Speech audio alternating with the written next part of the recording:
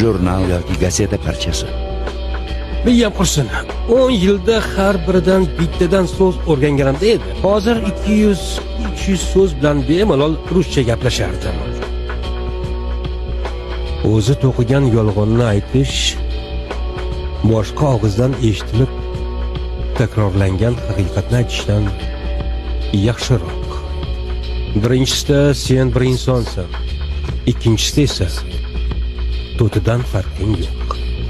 Davomida shunday yozilgan. Sen kimsan? Insonmi, to'timi? Har biridan bittadan so'z o'rganding ham deylik. Bu maqolga o'xshagan narsa ko'p. Buni qanday o'girdingiz? Yoddan biladigan narsam. Dostoyevskiy.